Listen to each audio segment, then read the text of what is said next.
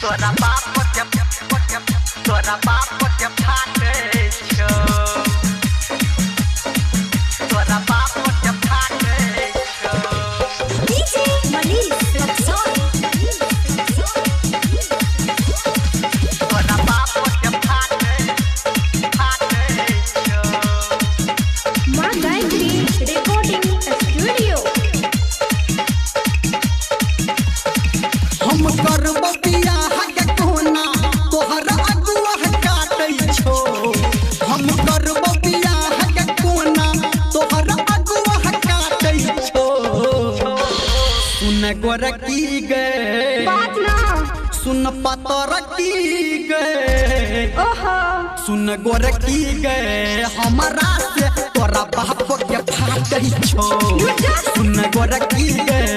हमरा से तोरा बाप के फाटै छो सुन गोरकी गे हमरा से तोरा बाप के फाटै छो डीजे मनीष रक्सौल तोरा बाप को जब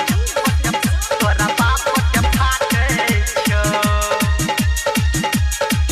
तोरा बाप को जब ठाटे छो सिंगवाई धर्मेंद्र निर्मलिया कितना दिन जीव गोरकी बाप के तू डर से चल न के भाग जाइ छी अपना घर से अपना घर हाँ कितना दिन जीव गोरकी बाप के अपना डर से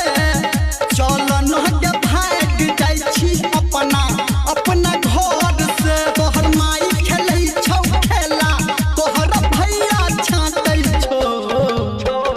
सुन गोरकी गे सुन पतर की गे बात ना सुन गोरकी गे हमरा से तोरा बाप के फाटै छौ सुन गोरकी गे हमरा से तोरा बाप के फाटै छौ सुन गोरकी गे हमरा से तोरा बाप के फाटै छौ तोरा बाप को जब तोरा बाप को जब ठाटे छो तोरा बाप को जब ठाटे छो अभी आप सुन रहे हैं सावरिया म्यूजिक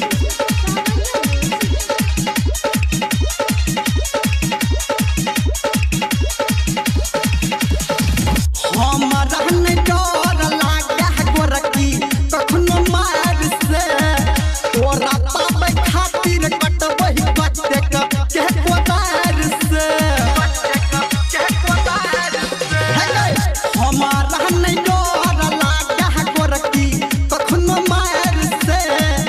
तोरा पाबै खातिर कटबै कटे के कोदार से धर्मेंद्र के तोहर छटकी बहिन दुनिया डांटै छो सुन गोरकी गे की रे सुन पतर की गे बात ना सुन गोरकी गे हमरा से तोरा बाप